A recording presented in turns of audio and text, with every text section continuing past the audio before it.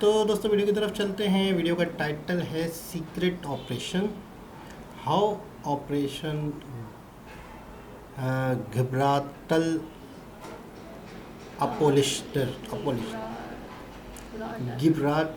Gibraltar. तो देखते हैं इस वीडियो में कौन से ऑपरेशन की बात हो रही है।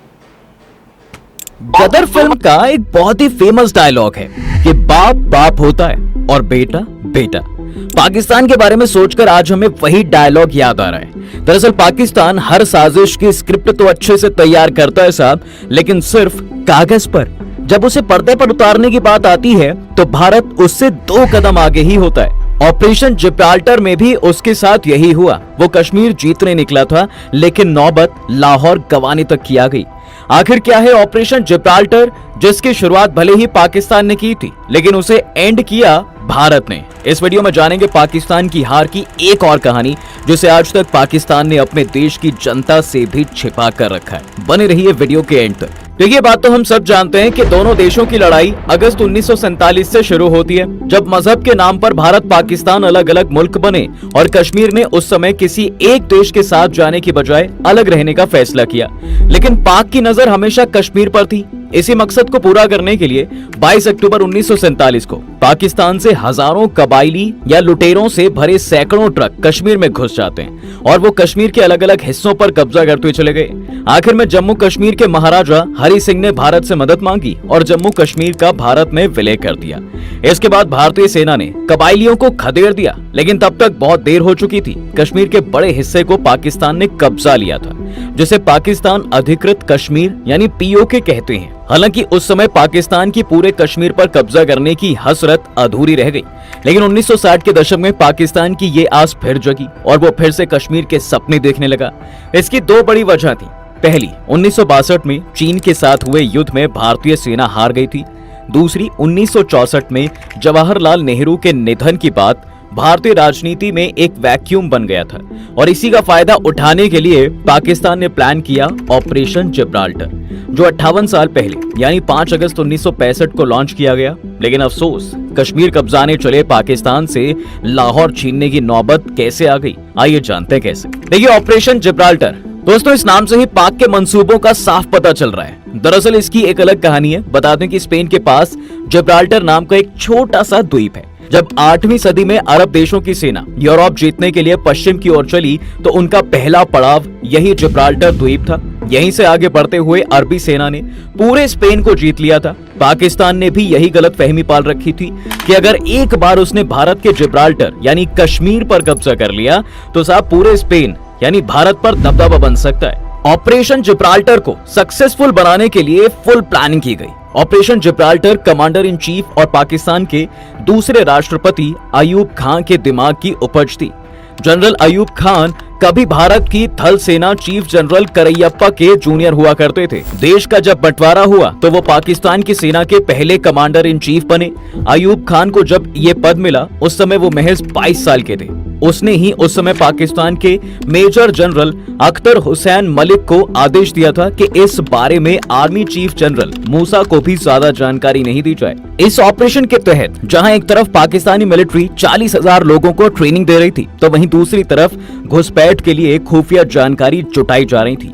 इसी बीच दिसंबर 1963 में श्रीनगर के हजरत बल में स्थित एक मुस्लिम तीर्थ स्थल से पैगंबर मोहम्मद के पवित्र अवशेष अचानक गायब हो गए और इसके बाद वहां अशांति फैल गई। इसी मौके का फायदा उठाकर पाकिस्तान के कुछ लोग वहां घुसपैठ करने में कामयाब रहे। ऑपरेशन जिब्राल्टर में शामिल लोगों को 2 काम दिए गए थे। पहला, कश्मीरी मुसलमानों को भारत के खिलाफ भड़काना और दूसरा, भारतीय सेना की इंपॉर्टेंट पोस्ट और चोटियों पर कब्जा करना। वहीं जिब्राल्टर फोर्स के लड़ाकों को 6 बटालियंस में बांटा गया था और बटालियंस का नाम मुस्लिम योद्धाओं के नाम पर रखा गया था। यानी लड़ाकों को मुस्लिम योद्धाओं के कोड नेम दिए गए थे, जिसमें शामिल थे तारिक, कासिम, खालिद, सलाउद्दीन, गजनवी और बाबर। सभी ग्रुप्स को पाकिस्तान की एलीट स्पेशल सर्विसेज ग्रुप का एक ऑफिसर दिया गया था। फर्ज की माने तो पाकिस्तान से घुसपैठ करने वाले सैनिकों की संख्या करीब 5,000 थी। वहीं कुछ एक्सपर्ट्स का कहना है साहब कि ये संख्या 30 से 40 हजार हो सकती है।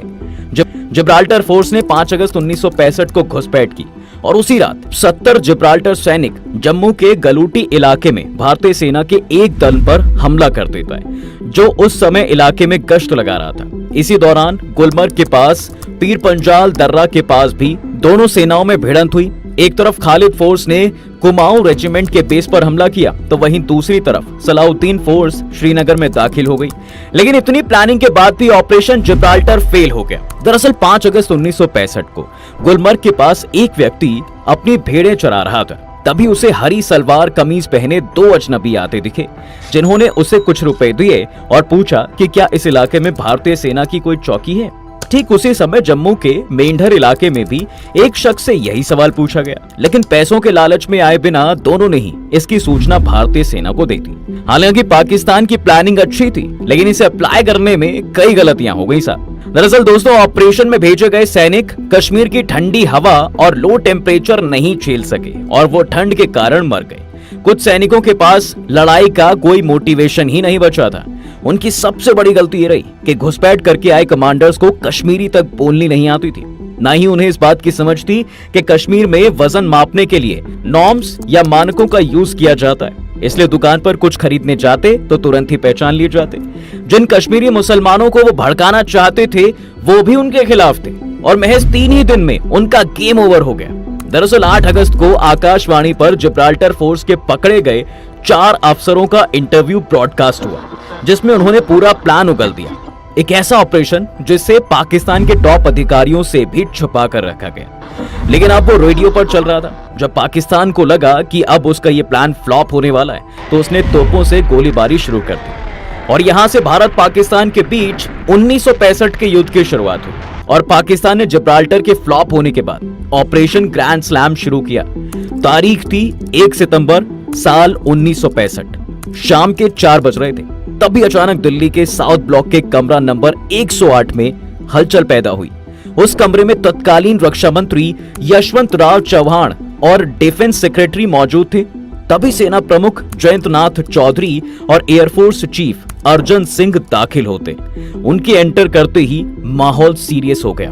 दरअसल उन्होंने भारत पाक के बीच युद्ध शुरू होने की सूचना दी। उन्होंने बताया कि छंब सेक्टर में पाकिस्तान की आर्मी भारत की ओर बढ़ रही है। रक्षा मंत्री ने बिना समय गवाए तुरंत एक्शन लेते हुए पाकिस्तान को मुंह तोड़ जवाब देने का ऑर्डर जारी कर दिया, क्योंकि भारतीय सेना उस समय जम्मू में थी और उसे बॉर्डर तक जाने में समय लगता। अगर देर करते तो रात हो जाती और हमारी सेना रात में लड़ने के लिए तैयार नहीं थी। लेकिन ये समझ नहीं आ रहा था कि जवाब कैसे दिया जाए, प्लानिंग क्या होगी। तभी एयरफोर्स चीफ अर्जन सिंह बोलते हैं, एयर ऑपरेशन। लेकिन रक्षा मंत्री ने थोड़ी हैरानी से पूछा, क्या आपको एयर ऑपरेशन पर कॉन्फिडेंस है? तभी अर्जन सिंह की आवाज आती है, आप ऑर्डर दें तो हम तैयार हैं। तभी मंत्री जी बोले, कितनी देर लगेगी? अर्जन का जवाब आया, महज 5 मिनट। इसके बाद रक्षा मंत्री यशवंत राव प्रधानमंत्री शास्त्री से मिलने पहुंचे, लेकिन वे उस वक्त पार्लियामेंट में थे और वो बिना परमिशन लिए लौटे और आते ही अर्जन सिंह से बोले, मैं एयरफोर्स को छंब सेक्टर में अटैक का आदेश देता हूं। रक्षा सचिव PVR राव ने वर्बल ऑर्डर को रिकॉर्ड किया जब तक 4:45 हो चुकी थी। ठीक 1 घंटे बाद पठानकोट एयरबेस से भारत के 8 वैम्पायर विमानों ने उड़ान भरी। ऑफिशियली यहां से भारत पाकिस्तान के बीच 1965 के युद्ध की शुरुआत हो चुकी थी। इसके बाद पाकिस्तान को सबक सिखाने और लाहौर पर कब्जा करने के लिए भारतीय सेना का ऑपरेशन शुरू हुआ। दरअसल दोस्तों, 1 सितंबर 1965 की रात तत्कालीन प्रधानमंत्री लाल बहादुर शास्त्री अपने ऑफिस के कमरे में कुछ सोचते हुए इधर उधर टहल रहे थे। इस बात का जिक्र उस समय के सचिव CP श्रीवास्तव ने अपनी किताब a life of truth in politics में भी किया है। उन्होंने लिखा कि शास्त्री इस तरह तेज चलते हुए तभी बुदबुदाते थे जब उन्हें कोई बड़ा फैसला लेना होता था। उन्होंने उस समय भी बुदबुदाते हुए कहा कि अब तो कुछ करना ही होगा। इसके बाद उन्होंने अगले 2 दिन यानी 2 और 3 दिसंबर को लगातार मंत्रिमंडल की बैठक बुलाई और पाकिस्तान पर हमला करने का प्लान बनाया। या यूं कहें कि पाकिस्तान के हमले के प्रेशर को कम करने के लिए भारत ने एक नया मोर्चा खोलने का फैसला किया। पहले डिसाइड किया गया कि यह हमला 7 सितंबर की सुबह 4 बजे किया जाएगा, लेकिन तभी पश्चिम जोन के commander in chief lieutenant general Harbaksh Singh ने 24 घंटे पहले यानी 6 सितंबर को ही आगे बढ़ने का फैसला किया। पाकिस्तान को ऑपरेशन की भनक ना लगे, इसलिए जनरल हरबख्श सिंह शिमला में पहले एक प्रोग्राम में शामिल हुए जो पहले से डिसाइडेड था। प्रोग्राम खत्म होते ही वो हेलीकॉप्टर से बॉर्डर पर पहुंचे। सबसे पहले उन्होंने अमृतसर में कर्फ्यू लगाने का आदेश दिया। इसके बाद प्लान के अकॉर्डिंग भारत की सेना 4 जगहों से पाकिस्तान में घुस गई और कुछ ही घंटों में डोगराई के उत्तर में भसीन, दोगाइच और वहाग्रियान पर कब्जा कर लिया गया। बता दें कि डोगराई लाहौर से कुछ किलोमीटर की दूरी पर पड़ता है। पाकिस्तान के लिए डोगराई स्ट्रैटेजिक रूप से इंपॉर्टेंट गांव है। वजह है जीटी ट्रंक रोड जो दिल्ली अमृतसर से होते हुए लाहौर तक जाती है। डोगराई में जीटी ट्रंक रोड के बीच इच्छोगिल नहर है जिसे पाकिस्तान की सेना ने 1950 में बनाया था ताकि इधर से लाहौर जाने वाले रास्ते को ब्लॉक किया जा सके। उस समय पाकिस्तान ने अपनी 2 बटालियंस डोगराई में तैनात कर रखी थी। वहीं 2 बटालियंस सड़क किनारे लगे मील के पत्थर के पास मौजूद थी। नहर के मुहाने पर हर कदम पर 8 मशीन गन तैनात थी। ये कह सकते हैं कि भारत के 550 जवानों के सामने पाकिस्तान फौज की दुगनी संख्या थी। लेकिन इसके बाद भी 22 सितंबर की सुबह 5:30 बजे तक भारत ने डोगराई पर कब्जा कर लिया। वहीं अगले 1 दिन तक भारतीय सेना डोगराई से लाहौर पर गोले बरसाती रही और आखिर में 23 सितंबर को यूएन सिक्योरिटी काउंसिल को बीच में आना ही पड़ा। इसके बाद दोनों देशों ने सीज फायर की घोषणा की और युद्ध खत्म हुआ और दोनों ही सेना पीछे हट गई। लेकिन यहाँ पर सवाल यह है, आखिर में जीत किसकी हुई? बता दें कि भारत का 1920 स्क्वायर किलोमीटर जमीन पर कब्जा किया था और पाकिस्तान का 540 स्क्वायर किलोमीटर जमीन पर। पाकिस्तान के 90 से ज्यादा अमेरिकन पैटर्न टैंकों को भारतीय सेना ने बर्बाद कर दिया, जबकि भारत को महज 30 टैंकों का नुकसान पहुंचा। वहीं भारत के 2735 जवान शहीद हुए और पाकिस्तान के 5988 सैनिक मारे गए। दोनों ही देशों ने जीत का दावा किया, लेकिन डिफेंस एक्सपर्ट की माने तो दोनों ही देश अपने मिलिट्री पर्पस को पूरा करने में फेल हुए। दोस्तों, आपको क्या लगता है इस युद्ध में किसकी जीत हुई है? कमेंट जरूर करें। वीडियो को लाइक, शेयर और सब्सक्राइब करना चैनल को बिल्कुल ना भूलें।